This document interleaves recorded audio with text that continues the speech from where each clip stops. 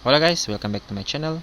So as you can see in the picture, he is Enrico Fermi, one of the famous nuclear physicists. He once said that there are two possibilities of the outcomes. So one of it is if the result confirms the hypothesis, then you have met measurement.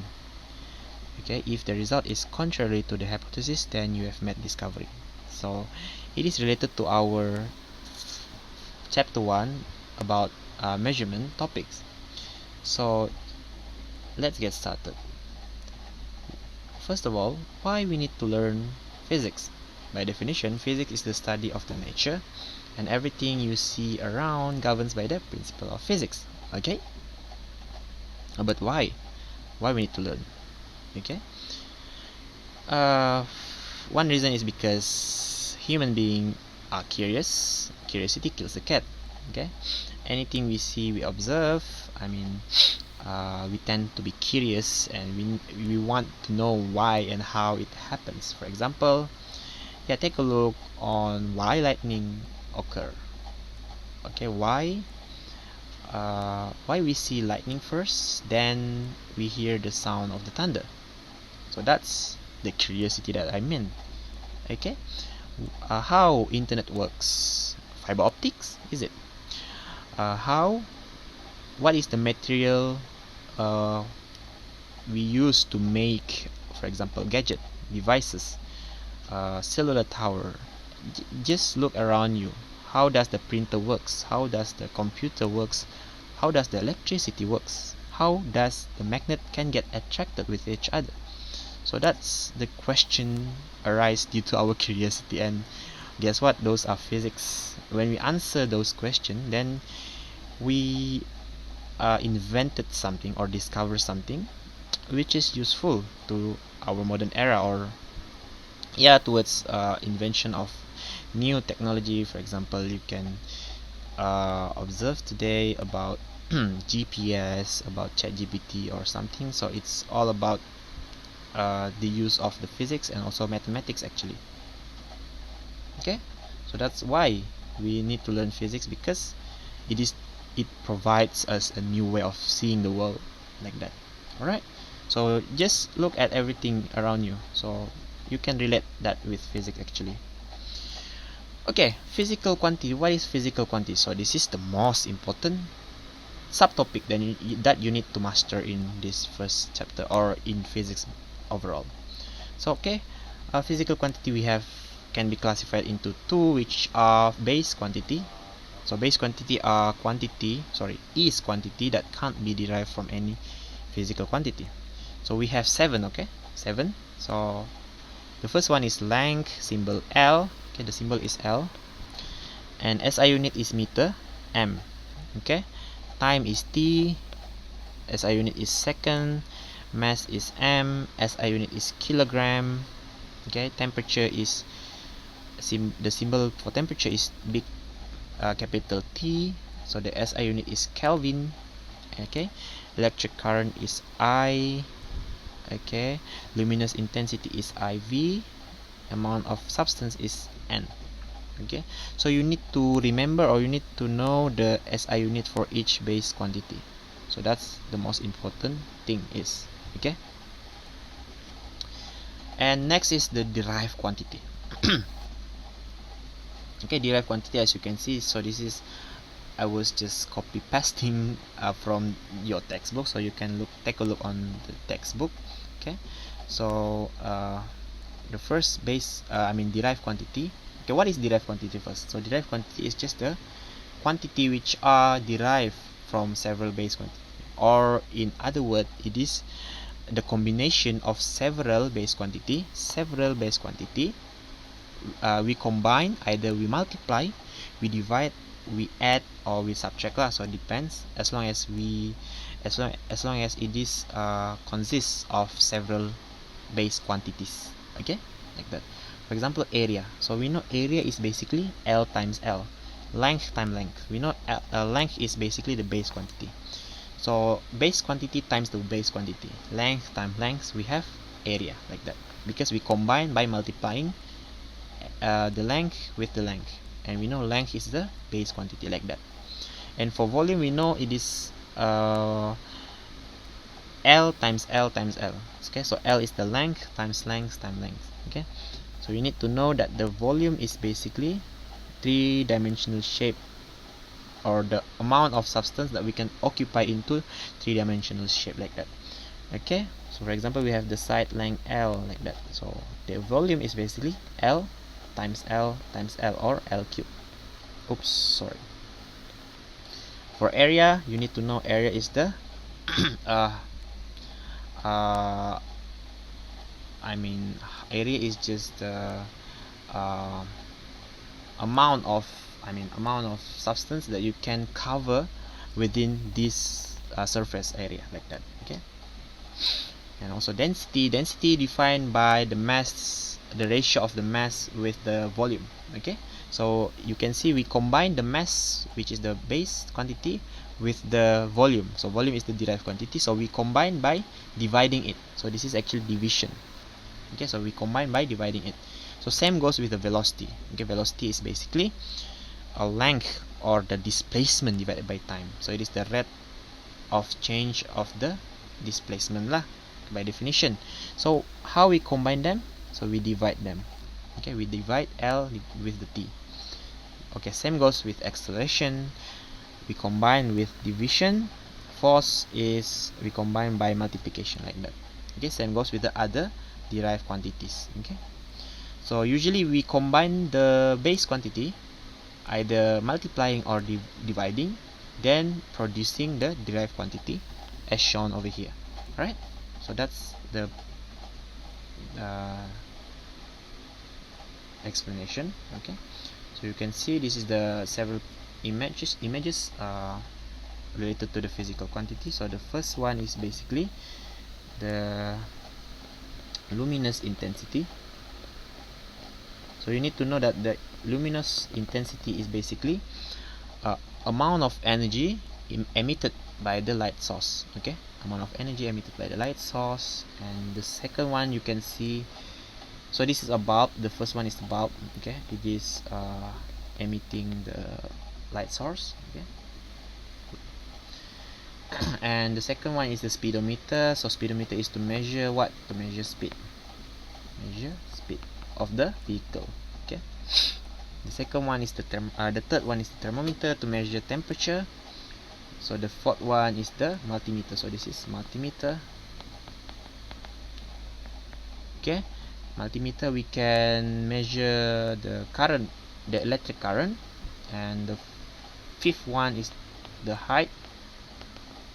So it is the length lah. The base quantity is the length. And for the sixth picture, it is either you can say it is the mass or the weight. Okay, so it can be mass, which is the base quantity. Okay, base quantity, or you can say it is a force. So it is the force due to the normal force exerted by this weighing scale. Okay, the normal force exerted by the weighing scale, like that. Okay, so it is force derived quantity. So I will explain in the next video how does the weighing scale works. Okay, because I want to make this presentation of chapter 1 to be as short as possible. Alright, so I will explain in the next video for the how weighing scale works.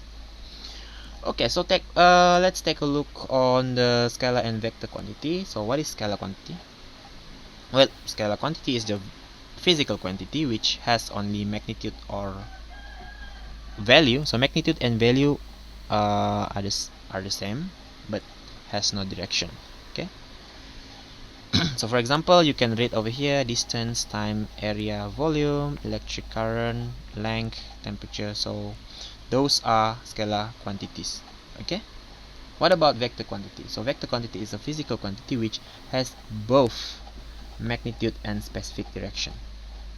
For example, displacement, velocity, acceleration, force, impulse, momentum, electromagnetic field, weight, or basically weight is the force due to gravitational acceleration. Okay, and also torque. Right. Okay, curiosity. So let's have a look why electric current and time are considered as scalar quantity, even though the electric current flows in the specific direction along the circuit from positive to negative terminal. Also, time has a forward direction too, okay, but irreversible according to the second law of thermodynamics.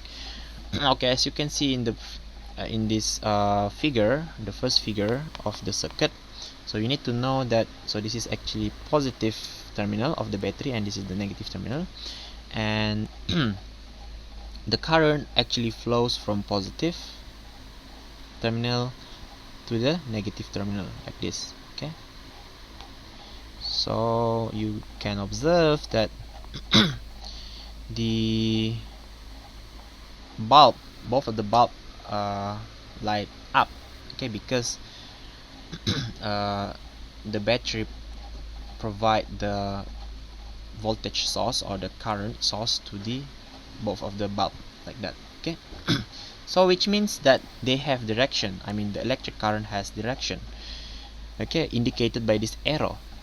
So this arrow shows that the electric current has direction. But why we consider electric current as scalar? Because you need to know that the vector quantity, it should satisfy the addition of triangle,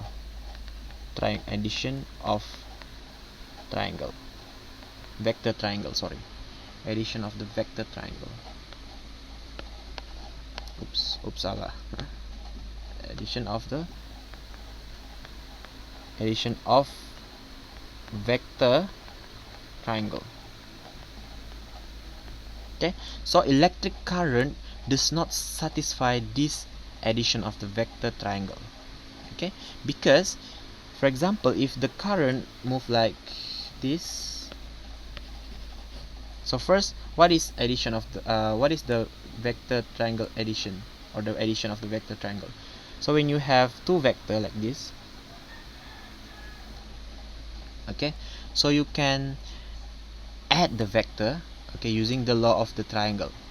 Okay, so you can add this vector using the law of the triangle like that. Okay, sorry, so maybe I can use like this. So for example, you have, oops, what is this? Oh, sorry.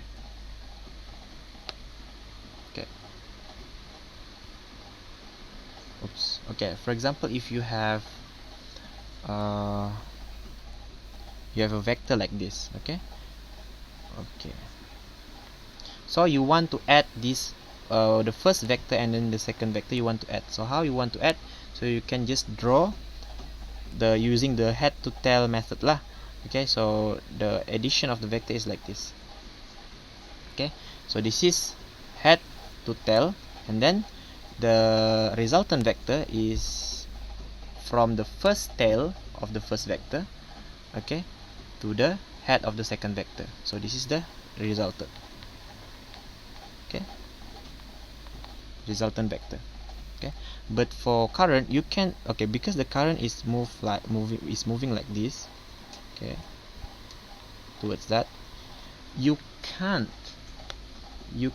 add this vector and this vector, even though it is a scalar. So you cannot add this arrow. I just assume this is an arrow vector. You cannot add this and that vector, the arrow vector. You cannot add. Because you cannot add, it doesn't satisfy what known as the vector addition of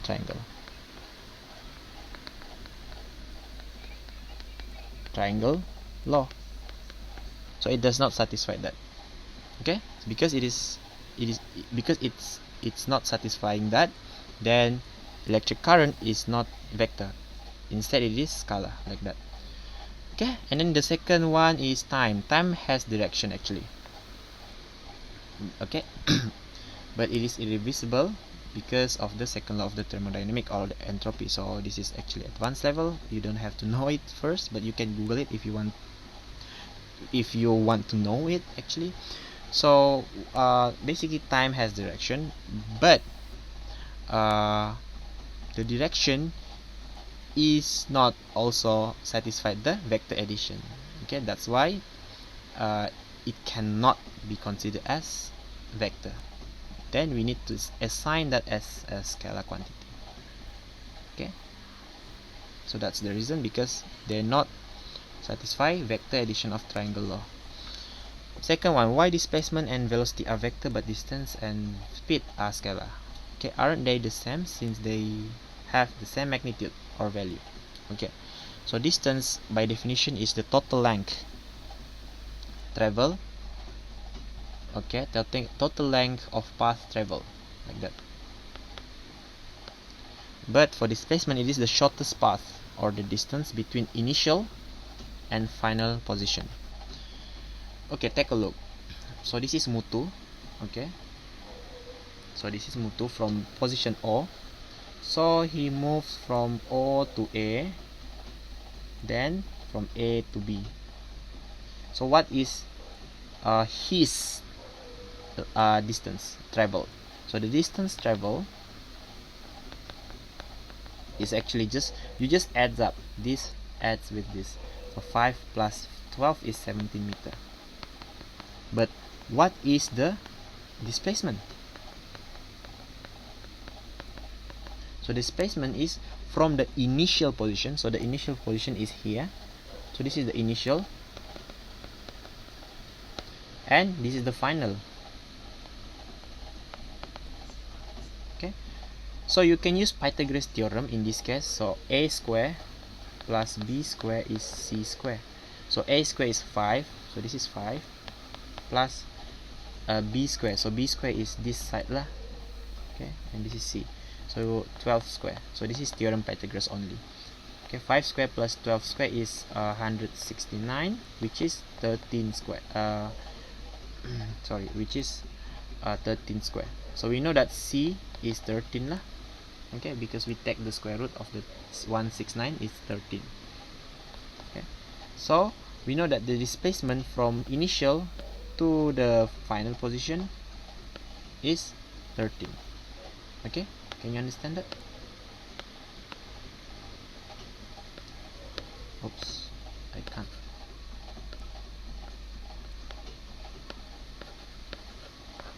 Okay, 13 meter. Okay, so it is only from initial to the final position. That's all you need to measure. Okay, but what if Mutu runs, or well, walk from O, from the initial to A, and then he walk until B. Okay, from A to B. Okay, and then finally he reach the initial position back. So what is his distance in this case, in the second case? Okay, so the distance, because he travels from O to A, which is 5, plus with the he travels from A to B, then plus 12 lah, and then finally he comes back to the initial position, 13. So just plus 5 plus 12 is, well, 17, plus 13 is 30, is it? 30 meter. So you don't forget to write the unit lah. Okay, 30 meter, is it? 30 to 25. Oh yeah, 30 meter, right? But what about his displacement? We know that the initial position,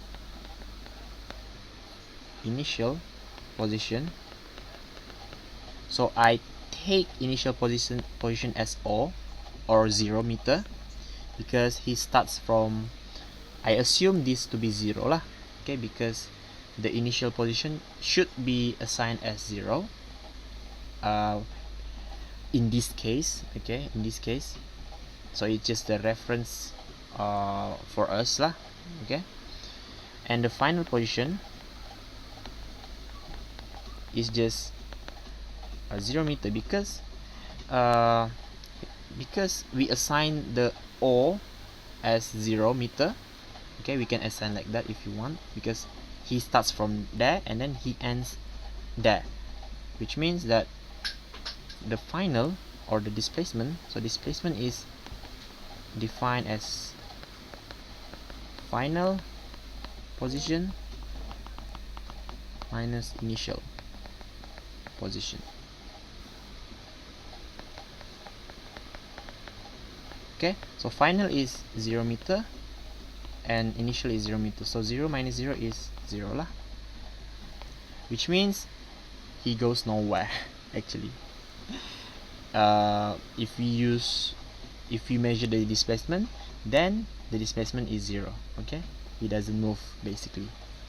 Alright, so you need to know that displacement is just considering the initial and also the final position. Okay, like that.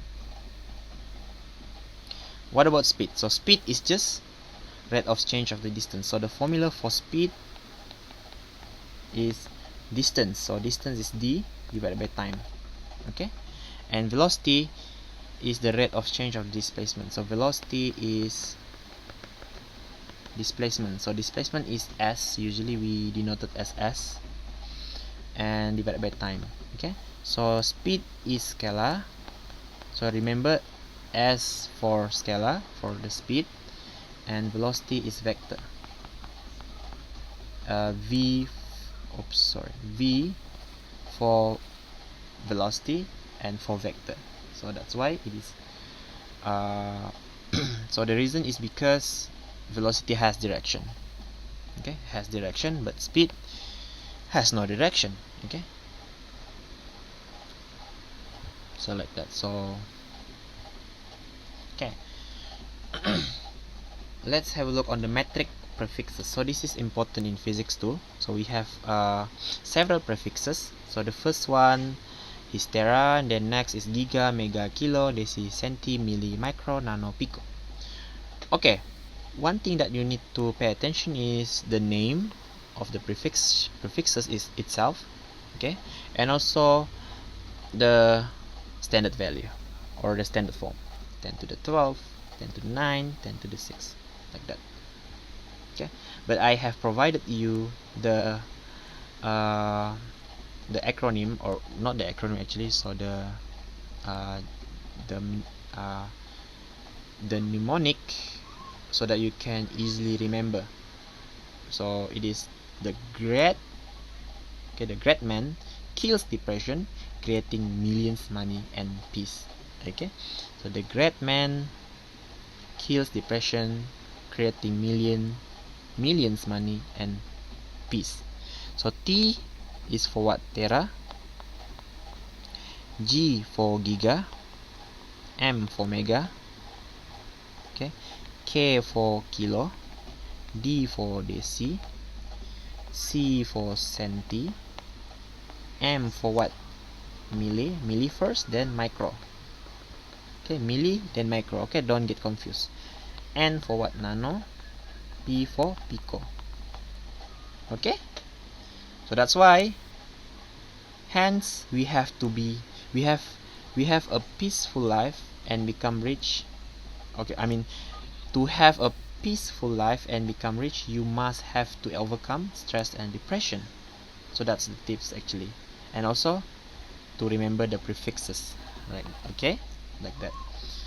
Okay, you need to remember also the standard form. So as I said, tera is 10 to the 12, 10 to the 9, 10 to the 6. So as you can see, the pattern of the power is changing by 3. Okay, so 6, 9, 12. So 6 plus 3 is 9, 9 plus 3 is 12, like that. So it is increasing or changing by 3 lah. So kilo is 10 to the 3, right? Deci, but these two, deci and centi, is actually special case lah, because they are not following the rule of changing 3. So it is, deci is 10 to the minus 1, centi is 10 to the minus 2.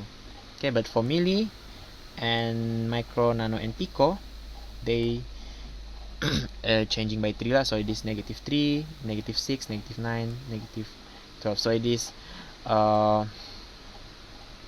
the multiple of 3 lah, the power uh, changing by the multiple of 3. So it is 3 6 133 236 43 133 26 43 133 26 339 43 12 and so on. But for your level, for form 4 level, it is from 3 to 12 lah, the power. Okay, it is positive 3, positive 6, positive 9, positive 12.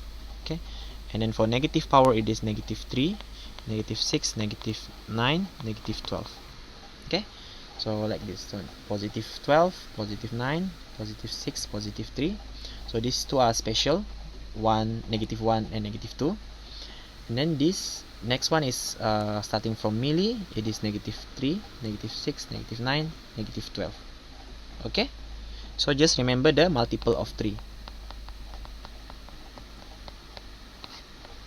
Okay, 133, 236, 339, 4312. Okay, so from tera to sorry, from kilo to tera, it is positive power, and from milli to pico, it is negative power. So negative 3, 133, 236, 339, 4312. Okay, like that. So we have positive and negative power. Okay, so this is interesting part. We have example. So let's try to answer this. All right. Okay. Okay. 2.4 kilometer is how many meter? Okay. So we know that the prefix for kilo is 10 to the 3, right? Or 1000. So we know that this should be we need to replace kilo. Kilo is what? 10 to the 3, right? Oops, where is it? So we just substitute, or we just gantikan, or we just replace k with the 10 to the 3, with the value. Okay, with the value order with the standard form. Okay, so we know kilo is 10 to the 3, so we just replace 2.4 kilo is 10 to the 3 meter. Okay, you just press your calculator, you get this what?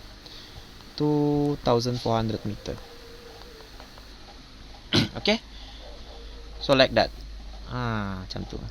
Okay, and then the second one is 3.4 kilometer. So we just replace k or kilo as 10 to the 3, and then just write meter back at the back. Alright. So basically we just replace kilo with this. Okay, so press calculator, we get 3400 meter lah.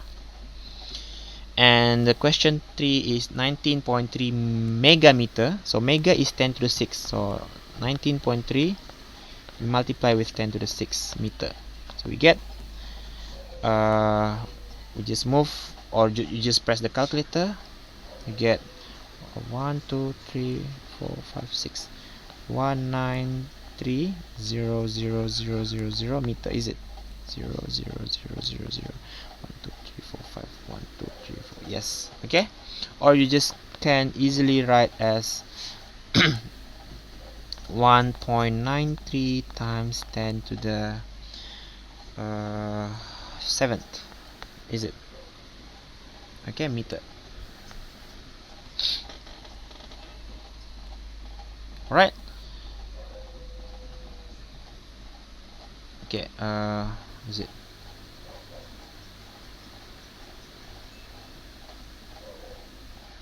And then the question 4. So this is question 1, 2, 3, and 4. Question 4 is 43 centimeter. We need to change into meter lah. For example, we know that centi is 10 to the what? 10 to the minus 2. Okay, so we just replace centi is 10 to the minus 2. Okay, mega is 10 to the 6. Okay, you need to remember that. So 43 centi is 10 to the minus 2 meter. Okay, so just press calculator, you will get what? 4.3 times 10 to the minus 2, you should get 0.043 meter. Okay, or you just can move the decimal places, so you get 1 2, sorry, it's 43. Okay, 43 divided by 10 to minus 2 is should be 43 times 10 minus 2 is 0.43 lah, so this should be 0.43. so you just move the decimal places 2 times to the in front. Okay, and then the fifth one, we know this is 984 millimeter, so we know milli. What is the value for milli?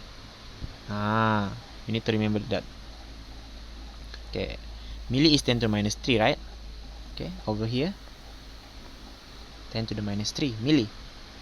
Okay, or 0.001, but I prefer to use standard form, which is 10 to the minus 3. Okay, so you just need to replace milli is 10 to the minus 3. Okay, so 984, we replace milli with 10 to the minus 3 meter. Okay, so just press the calculator, you get what? 0.987 meter. Okay, so it's very easy. Okay, the sixth one, 2948 milligram. So milli is, you know, 10 to the minus 3, so you just replace that. Milli is what? 10 to the minus 3 gram. Okay, so this is 2.948 gram. Okay, so it's very easy. Okay, so this is same thing, millisecond, 98 milliseconds. So milli is what? 10 to the minus 3. Okay, the second, I mean, this is the what? This is the 7th, 8th. So the 8th one, 826 gigaseconds. So giga is what? 10 to the, oh my god, I forgot. Also, it is 10 to the minus 9, 10 to the 9. Okay, 10 to the 9.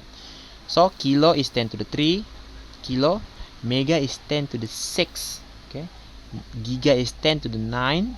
Tera is 10 to the 10 to the 12. Okay, so it's 3, 6, 9, 12. Okay, so you just replace lah. Add to 6.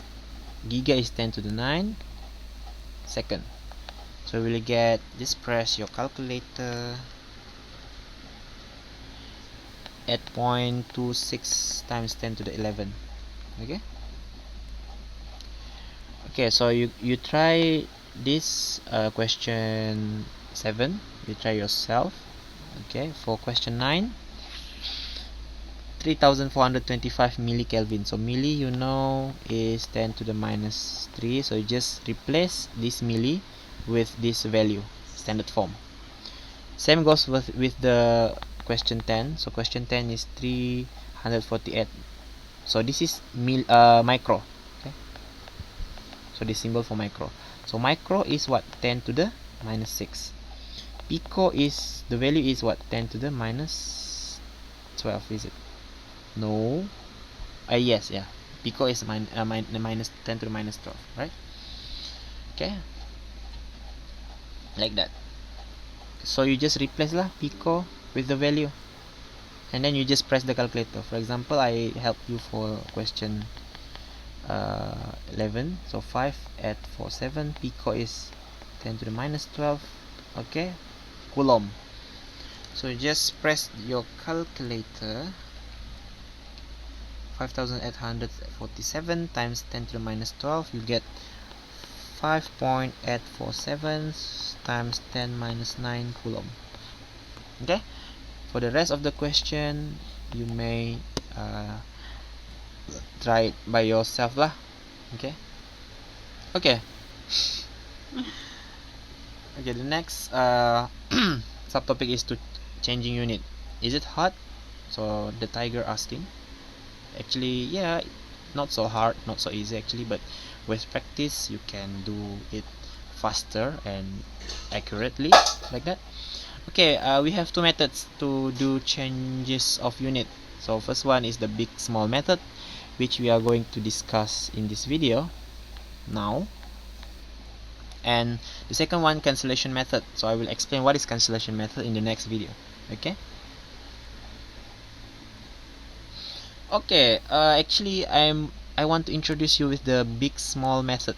Okay, big small method is so this is actually you strengthen your arm. Okay, strengthen out your arm. So it is because your body, your arm is wider, so I indicated that as a big unit or big lah. So because you strengthen your arm. Okay, and then when you hug yourself, you cross your hand around your body. You're basically hugging your body like this, so it is cross x multiply, so we multiply. So when we go from big unit to small unit, we actually multiply. Okay, so that's my rule or the rule. Okay, so you just remember when you mendepakkan tangan, so mendepakkan tangan is you straighten your arm out. Okay, so it is wider, right? So yourself becomes wider, so it is big, getting bigger. Okay, it is getting bigger, so that's the bigger unit. And then when you hug yourself, okay, you are crossing your arm in your hand together. Okay, so it will form the multiplication or the cross symbol like this, so it is multiply, which means from bigger unit to the smaller unit is multiply. Okay, and when we go all the way around, we have from small unit, so you cross your hand or cross your arm, you are hugging yourself like this. Okay, from small unit to the bigger unit. Oops, sorry, I need to erase that first.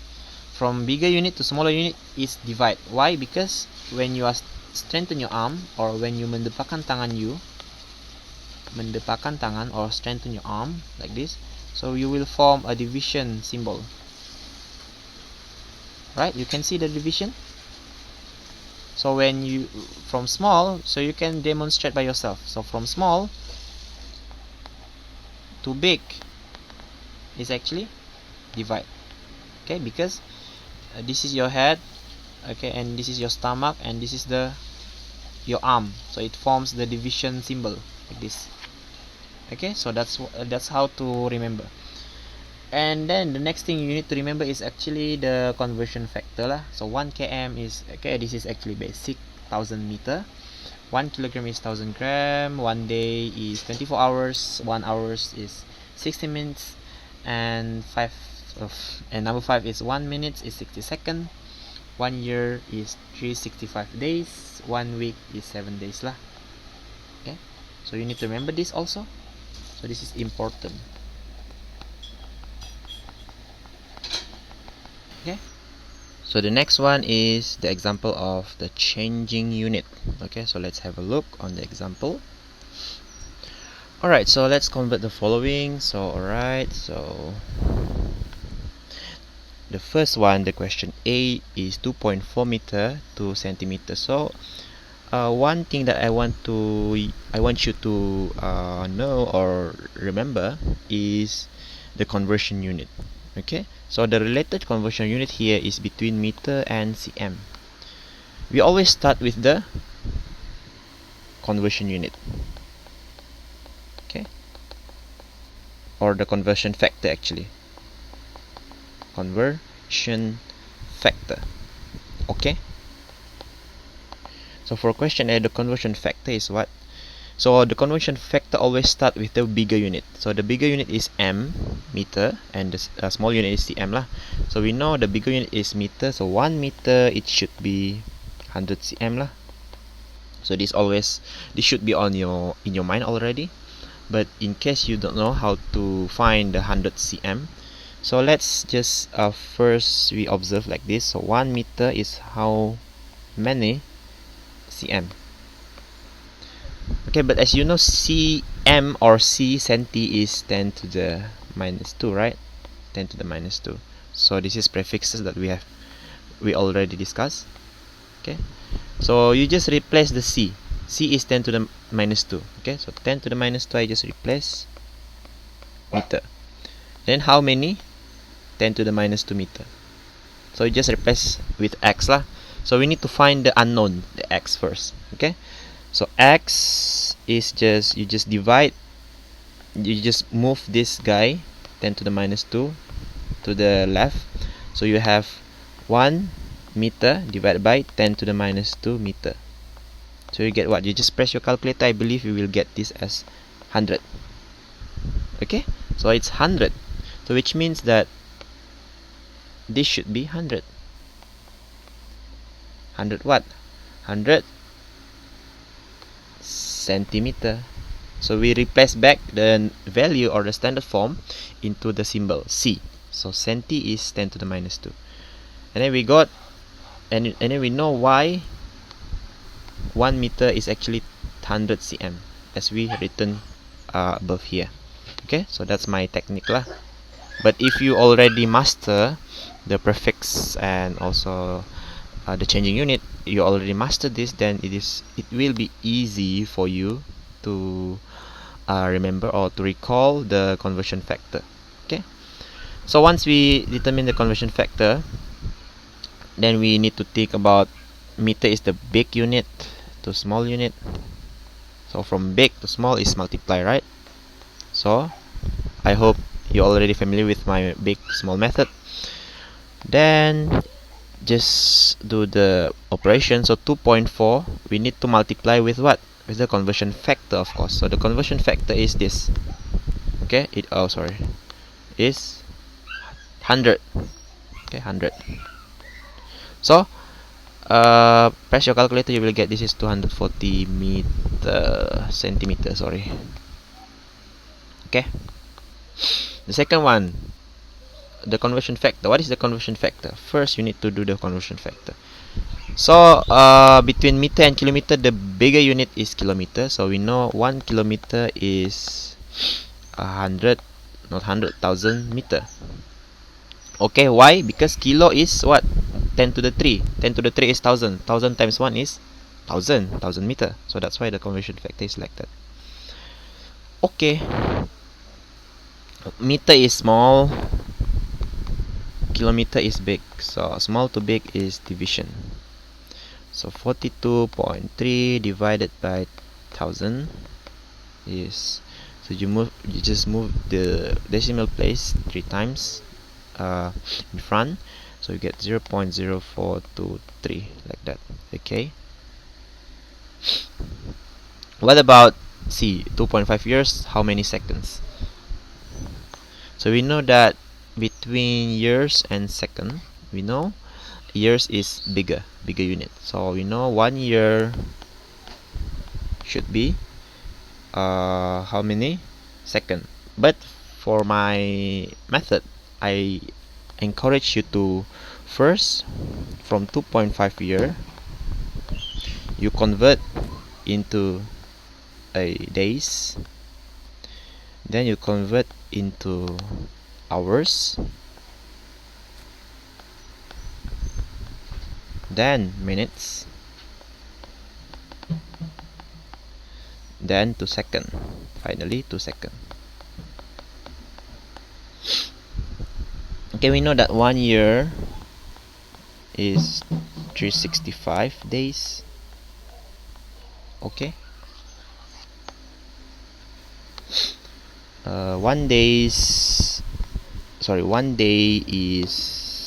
24 hour. Okay, so 1 hour is 60 minutes and 1 minute is 60 seconds. Okay, so this is our conversion factor. Then 2.5, okay, from year to days is from big unit to small unit is multiply by 365. And then from days to hours is big to small also multiply with 24. And then we know hours to minutes is multiply by what? By 60. Minutes to second is multiply to by 60. I hope you get this. Okay, so 2.5 times 365 times 24 times 60 times 60 is just 78,840,000 second. Okay, so I already written the conversion factor one by one here. as you can see. Okay, so there is no need to write it here. Alright, so we got for question C. Okay, I want you to do for question D. How to do question D? From minutes to day. I will give you 10 seconds to try, or you can pause the video. Okay, let's have a look. From minutes to day. So from minutes, 10,725 minutes. We need to change into days, right? So it is from small unit getting bigger unit. Okay, so it should be small to big is divide lah. But first, if you want to go from minutes to second, so we can go from first we go from what, from where to where. First we need to change into hours, okay, and then finally days. Okay, so we know that the conversion factor, we always start with the big unit. So big unit is hours, so between hours and minutes, so 1 hours is 60 minutes, and then 1 days is 24 hours. So the conversion factor always starts with the 1 unit of the big unit. Okay, so 1, for example in this case is 1 days, because days is the bigger unit lah. Convert into sorry this should be hours. Okay, 24 hours. So from big unit to small unit.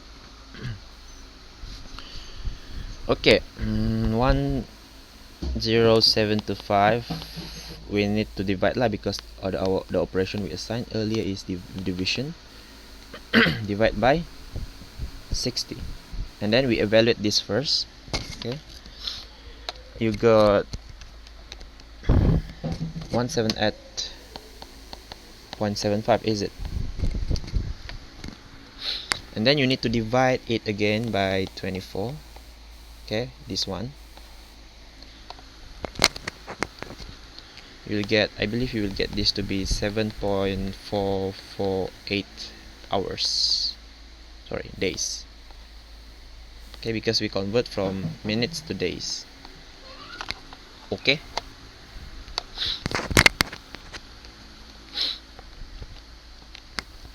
so that's my way lah of doing this question.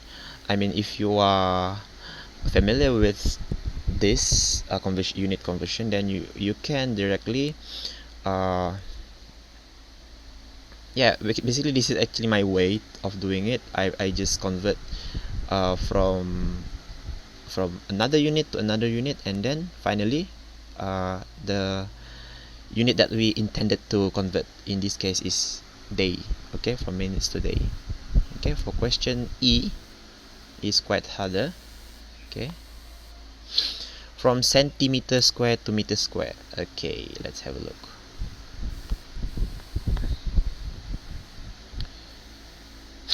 Okay, 31 centimeter square. Okay, to meter square. We want to change to meter square. Is it? Yeah. So once again, the conversion unit. Okay, we start from the bigger unit to convert into the smaller unit. So 1 meter is 100 centimeter. So this is we already know this. Okay, and then from centimeter to meter is actually from small to big, which is division. Okay, small centimeter to big, division. So 31 we need to divide with the conversion factor, which is 100. Okay, 100. But the only difference here is because the unit has power of 2 both, so we need to raise the conversion factor to the power of 2 also, so 100 square. Okay, then we just press the calculator. I got 3.1 times 10 minus 3 meter square. Alright, yeah. Okay, so it's very easy, I guess. E, what about F? Okay, 56 meter cube. 56 meter cube, we want to change into centimeter cube. Is it? Yes. Okay, same thing. The conversion factor is 1 meter equals to 100 cm. Okay, so this is cube, sorry. Cube. Power of 3. Huh. So from meter to centimeter is from big to small. We multiply. Big to small is multiplication. Multiply by what? By 100. Okay, so 56 multiplied by 100. Okay, but be careful because the unit has power of 3, so we need to raise to the power of 3 also. Raise to the power of 3. Okay, then we get 56 times 100 power of 3, then I got 560. Okay, 0 0 0 0 0 0, is it 0 0 0 56000? Okay, sorry, so it is 56 million. 0 0 0 0 0 0, like that. Yep. Okay, so this is actually 5.6 times 10 to the 1 2 1 2 3 4 5 6 7 times 10 to the 7 centimeter cubic. Okay, or you can just do it as 56 million centimeter cubic. Okay, like that. So it's very easy. Okay, what about question G, the third last question? Okay, so it is 872 kilogram per meter cubic. So we have the per meter cubic. 872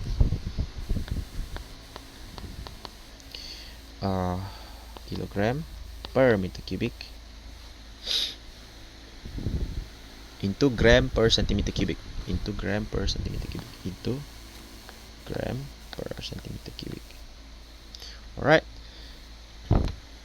so first I want you to convert, because this is, we got a fraction or over, so this is kilogram per meter cubic, so I want to change that into fraction. Okay, you can do that actually. So 172 kilogram divide or over 1 meter cube. Okay, so I just I can convert that in this way. Okay, and then because we want to change the kilogram into gram. Okay, so kilogram is the big unit to small unit, we need to multiply. Okay, and then the conversion factor, I believe you already know, 1 kilogram is 1000 gram. Okay, so add 7 to kilo is 10 to the 3, right? Okay, we need to times with the 10 to the 3 or 1000. Okay, so we get in gram, divided by, okay, once again 1 meter is 100 cm. Okay, so 1 meter is 100 cm, so we just replace the 1 meter. So it from we want to convert this meter into centimeter. So meter is big to small, big to small, big to small. Always remember it is multiplication. Okay, so 1 multiplication or multiply with 1000. Oops, not 1000.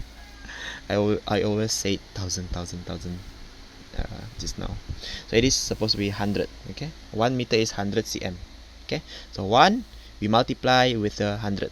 Why multiply? Because from big unit to small unit, so big unit to small unit is multiplication. Why 100? Because the conversion factor said that. So this is the conversion factor. Okay, but remember we have power of 3, so we need to power of 3 also the conversion factor.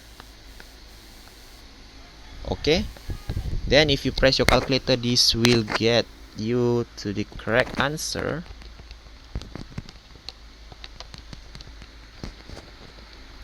which is 0.7 at 72 at 72. Okay, gram per cm cube. Alright, so it's very easy, okay, to convert the unit, as long as you know how to do it. Okay, for question H, 452 centimeter cubic, so this is actually 2 millimeter cubic lah. Okay, 452. Okay, so this is G, question H, into centimeter cubic. Sorry, centimeter cubic to millimeter cubic, is it? Yeah. So if you want to change from one prefixes into another prefixes, so in this case from centi, this case is from centi to milli, my recommendation or suggestion is, first you need to convert into the SI unit first. So the SI unit for the length is just a meter. Okay, meter.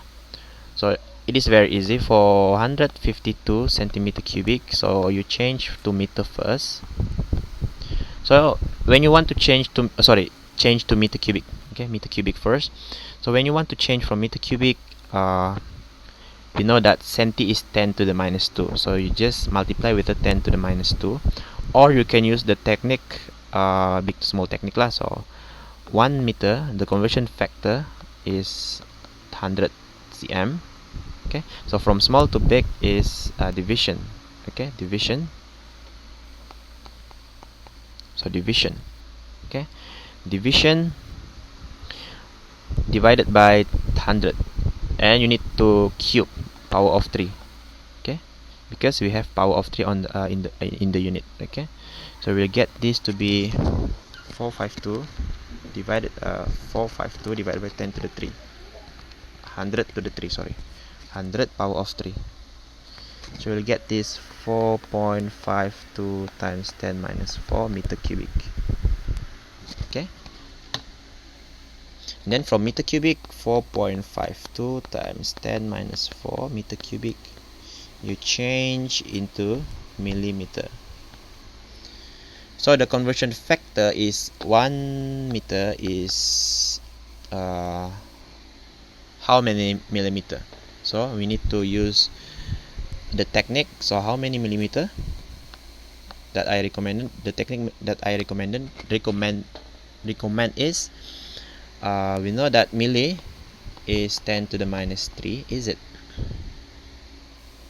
Okay, so we just replace milli with the 10 minus 3. So 10 minus 3 meter. So we just replace the blank to be x. So we want to find the x first. So x is 1 meter divided by 10 minus 3 meter. So you just shift this to the other side. Okay, by dividing it both sides lah, like that. Okay, so pressure calculator, you will get this is 1000. Okay, 1000. So we know that 1 meter is actually 1000 millimeter. Okay, 1000 millimeter. So this is 1000 millimeter because the value of x that we find is 1000. Okay, so our conversion factor is like that. Okay, so from m meter to millimeter, so from big unit to small unit, so from big to small, multiplication. Okay, big to small multiplication. So 4.52 times 10 minus 4, we multiply with the conversion factor, which is 1000. Okay, 1000 is the conversion factor. 1 meter is 1000 millimeter, like that. But don't forget to raise to the power of 3 because the unit is to the power of 3. Okay, then you will got this to be, okay, 4.52 times 10 minus 4 times 100, not 100 actually, 1000 power of 3. So we'll get this 452,000 millimeter cubic. Alright, so it's very simple. And yeah, I hope you understand this. And for the last question, I want you to do it yourself. Okay, so it's similar to question G. So it's similar, but I want you to do by yourself. Okay, so you need to know the conversion factor. So 1 kilometer is actually 1,000 meter, and 1 hour is 60 minutes, and 1 minute is 60 seconds. Okay, so the question wants you to convert kilometer to meter, and then finally from hours to second. So this is the conversion factor that you need to use. Alright. Alright, next is we are gonna discuss about the graphical interpretation. So the first one, you need to know several nature of the graphs. Okay, for your level, you learn about the straight line graph, like the first graph you see, the second and the third graph. Okay, so this is straight line graph. Okay, we call the straight line graph as the linear graph. Okay, so linear graphs because the graph are straight line. Okay, straight line. Okay, so we call this as linear graph. So the first, second and third graph is the linear graph. Linear graph. Okay, so the first graph, you need to know that when the linear graph or the linear straight line starts from the 0, so this is 0 point, so the 0 point we call it as origin, or in Malay we call it as asalan, and the graph should have x and y axis. Okay, so origin is over here lah, 0 point. Okay, so when the graph starts from the 0 point, we call this as y is directly proportional to x. Okay, because the graph starts from 0. Alright, for the second graph, this is also linear graph, straight line. Okay, but the graph does not start from 0, but instead it starts from here, anything other than 0. So this is, we call the graph as, or the relationship is y is linearly increasing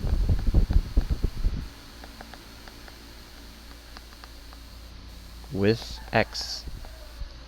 Okay, so you always start with x first, and then you always start with y first and then x. Okay, y blah blah blah blah with x, like that. Okay, y is linearly increasing with x. And the third graph, you can see this is actually linear graph, but it is decreasing. Okay, from top point, okay, to the bottom, so it is decreasing downward. So we call this as y is decreasing linearly, or linearly decreasing linearly with x. Okay, that's all. That's very easy. Okay, and later we will discuss about the gradient and also the area under graph. Okay, what I want you to take a look is on the next type of graph, which is the curve. Okay, this is we call as a curve graph lah. Okay, curve graph. So so for the curve graph, you can see it start from 0. Okay, so it intersect at 0. Okay, at the origin basically. So you can see it is going upwards. So you can see that when the x value increases, okay, the x value increases, the y value will increases too, or the y value increases, then x value will increases too, which means that the relationship should be y is increasing with x. Okay, so there is no linear word there. Okay, there is no linear word over there because this is not linear graph. So this is not linear graph because it is a curve. So a curve graph is not a linear graph. So linear graph is basically a straight line, not a curve. So when you have a curve, so they are not linear, so they are curve. Okay, so you have two conditions for y is increasing with x. So either it is like this, going upwards like this, or going upwards like on the left. Okay, and for the fifth graph, you can guess this is actually going downwards. Okay, so we always start from the left and then we going downwards. Okay, same goes with the okay, same goes with the this. We always start from the left and then we okay, then we like just draw a line, so indicating that the graph is actually going upward. Okay, the value is increasing like this. Okay, and then for the fifth graph, the value is decreasing like that. So this means that y is decreasing with x. That's all. So you don't have to put the linearly word over there because this is not linear graph. Okay, this curve graph. And then the sixth one is you have, so this is special case. Why? Because this is known as y is inversely proportional. Oops, sorry. Inversely is inversely proportional to x. Okay, why?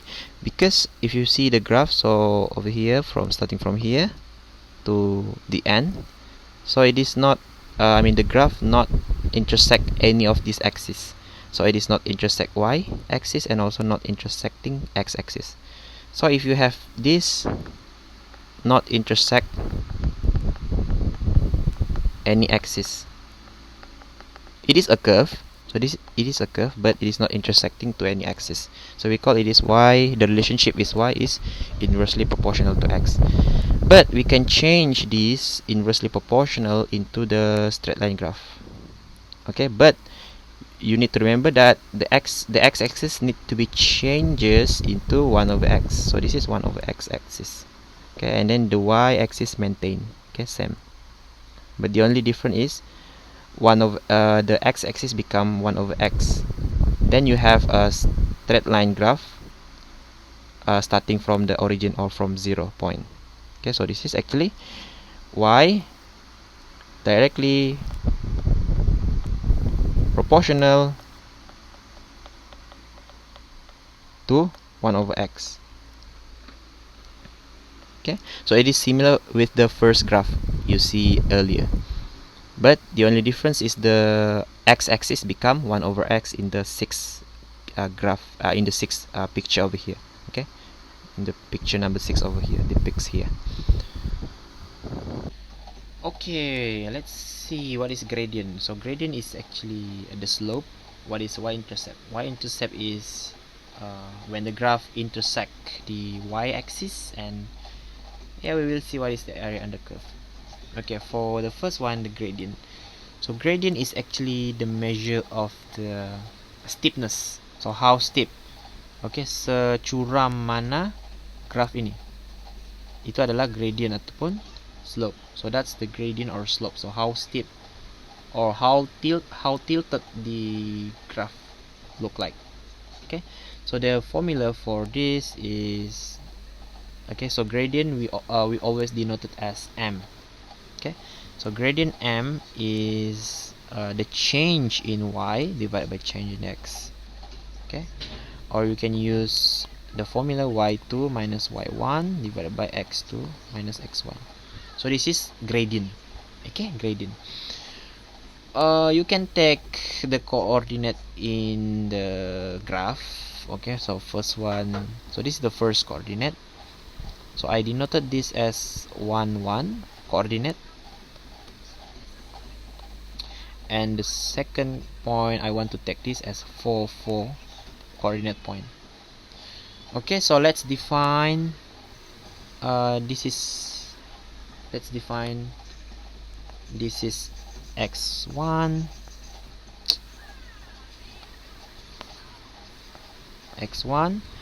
and this is y1 x1 y1 sorry x2 y2. So we know that y2 in this graph is 4, y1 is 1, is it? Divided by x2, x2 is 4, x1 is 1. So this is 4 minus 3, 4 minus 3 4 minus 1 is 3, 4 minus 1 is 3, so 3 over 3, which is 1. So the gradient for this graph is 1 lah. Okay, so the steepness or the slope is 1. Okay, so the higher the value of m, the steeper or the gradient is greater lah if the value of m increases like that. Okay, so it is more steeper, it is semakin curam, or it is more inclined, we say. Okay, what about y-intercept? Y-intercept is basically when you see this y-axis, so this is y-axis, so anything intersect or cuts this y-axis is called the y-intercept lah. So in this case is this point which is 0, y equals to 0. So the y-intercept is here lah. Can you understand? Okay, because you see this graph, you see this graph from here to there, so it passes through this y-intercept. Okay, because y-intercept is along this line, so it passes through here. So the value of the y value of this point is actually y equals to 0, is it? So the y-intercept is y-intercept is 0 lah. Okay, is 0 because the y coordinate value is 0. Okay, oops, sorry.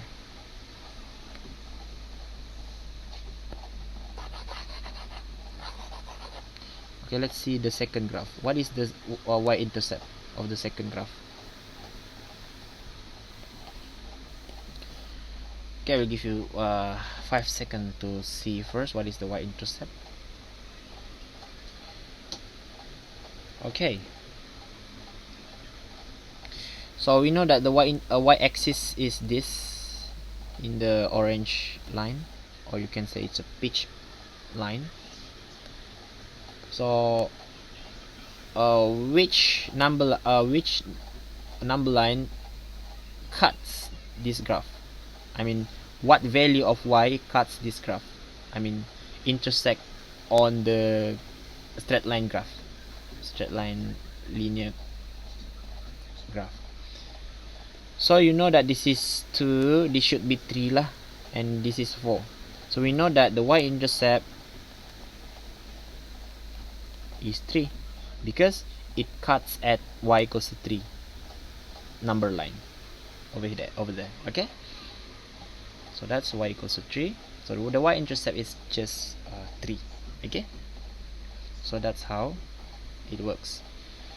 What about area under graph? Area under graph is just I don't know. Area under graph is just the area under graph. So for example, if you take the first point, so I want to take this is the first point, and then the second point is this. So when we take the area under graph, is basically anything below this point. Okay, and then anything below this point, and then enclosed by this these two line, and also the graph itself. So it is the area under graph is enclosed by this the graph itself, the straight line, and also the point that we have drawn just now. I mean the line that we have just drawn just now. Okay, so the area under graph is just this lah. Anything below the line that we interested to. In this case, is the first that I took over here, the first point, and also the second line. Sorry, the first point and also the second point that I interested to take lah. So yeah, yeah, like that. And what about this curve? So this curve, what is the area and the graph between this point? Oops, sorry, between this point and also this point. Okay, so it should be of under the point along, I mean under these 2 points lah, and then the enclosed area is basically the area under curve over here. So this is the area under curve, or area under graph actually, sorry, area under graph from x equals to 0 to x equals to 2. Okay, from 0 to 2. Okay, like that. So it's very easy. Okay, so this is actually the concept of the gradient. So gradient, I prefer to look it as the steep of the hill. I mean the tilted hill like this. So you have a hill, and then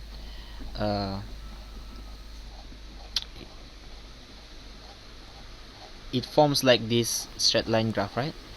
Okay, which means that when you are standing here, so you will feel the same feeling, or you will experience the same feeling as you are being in the first or the A position, the position A, and then with when you are being in the position A and being in the position B, so you will feel the same steepness because they have, because along this line, okay, the gradient is the same. So M is similar with the M over here. The gradient of being at A position and being at B position is the same. Okay, so they have, for example, I take the M is 2, so they are the same. So along this line, the gradient is the same. So same goes with the graph. So along this line, so the gradient should be the same or similar or constant. Okay, so it is different with the curve where the gradient or the steepness changes. Okay, which means that if you, okay, I illustrate using the hill. So this is the hill. So the gradient when you are being here, or the steepness of you when you are being here, is different when you are being here. Okay, so this is less gradient because you are on the top, rather than you are climbing the hill. So you feel that you feel more steeper at this position A, for example, than at position B, because the gradient, actually the gradient here is 0 lah. And then when you're going down the hill, so you feel that you are easier to going down the hill because the gradient is negative. So this is negative gradient because you are going the hill. Okay, you are going the hill. So I mean the so it's like the graph like this. So when the graph going down, so we call that as a negative gradient lah. So same goes with this curve, so negative gradient. But the gradient changes, actually the gradient changes when you are being for example position C. It is different when you are being here, position B, because the gradient changes. Okay, so that's for the curve, okay. So for the curve, we said that the gradient always changing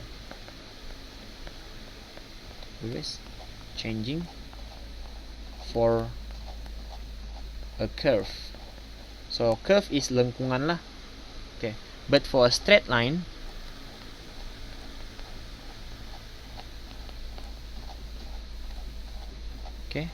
the gradient always the same or constant at any point on the line. Okay, which means that along this line, or you can say this graph, okay, oops, sorry, I can't delete that. Okay, or you can say along this line, okay, this graph, the straight line graph, okay, oops. So along this line, the gradient is the same lah. Okay, in this case the gradient is m. So if you are standing here, so you will feel the steepness is 1, and you are standing here, you feel steepness is 1, and you are standing here, you will feel steepness is 1. So all the way the same. But for the curve or for the hill case, I will use the graph for example, so that you can see more clearly. So when you are being here at the downhill, for example, you will feel no gradient lah, basically, because you not yet start climbing the hill, because you are on the on the ground with which has the flat surface or the zero gradient, right? And when you start to climb, you will feel the gradient is greater. For example, here you feel gradient is 1, and then you are being here, gradient is for example 2, and then you are being here, gradient is for example 3. But when you arrive at the top, you will feel the gradient is getting smaller, because if you see, the curve is getting flatter and flatter and flatter. So you know that the flatter surface or the flat surface has zero gradient.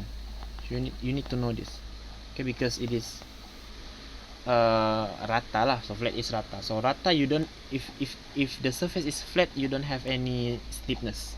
So it has no slope lah, basically. So the slope is 0.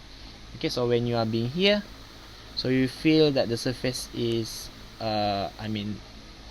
almost flat or zero gradient lah, because flat is basically there is no steepness, or the gradient is 0, like that.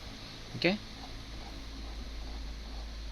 so the last part, I guess, so it is extrapolation and also interpolation. So interpolation first. Okay, we talk about interpolation first.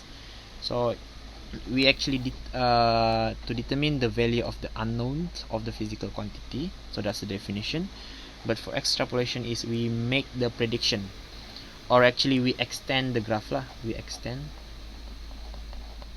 the graph, then predict the value of unknowns. Okay, so unknowns is the value that we do not know, but we want to determine, like that. So the first one is the interpolation. So interpolation is very easy. So this is x-axis and y-axis. So for example, for x equals to 3, okay, we know that the y equals to 3 because we can directly draw a straight line upward until this point of interest. So the point of interest is along this line lah, along this straight line, and then we just draw the line towards the left, and then we know that the value of y is 3, which means that when x equals to 3, y equals to 3. Okay, using this interpolation method. Same goes with the second example. So this is the second example. So when x equals to, for example, this is 2 point, I assign it 2.4.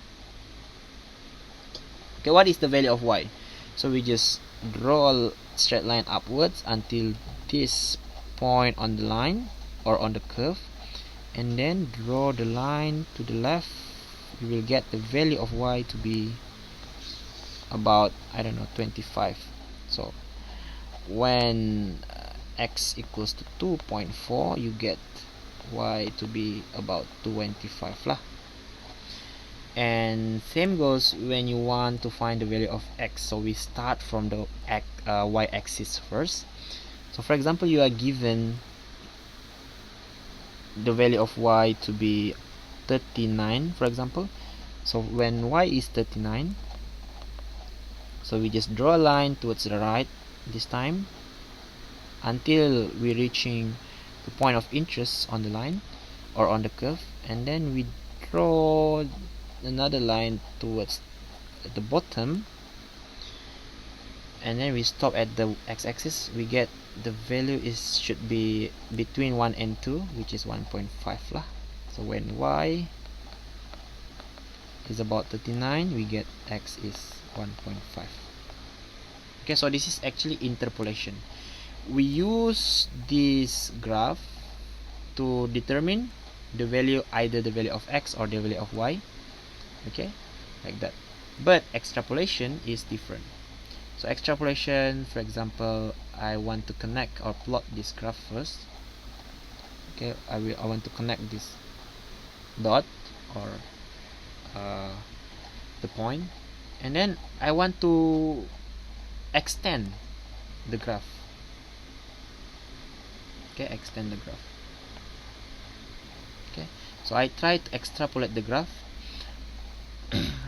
okay, by extending the straight line like this. So this is extrapolation line.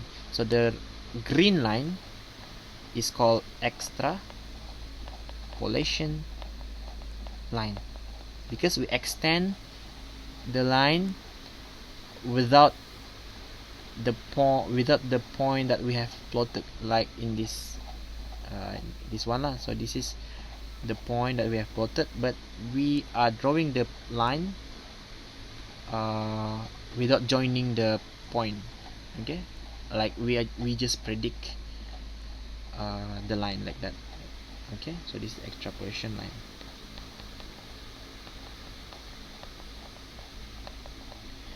Okay, after we do the extrapolation line, we can also interpolate the extrapolation line, by the mean that we can find for example, when I don't know, when x equals to 3, for example, minus 3.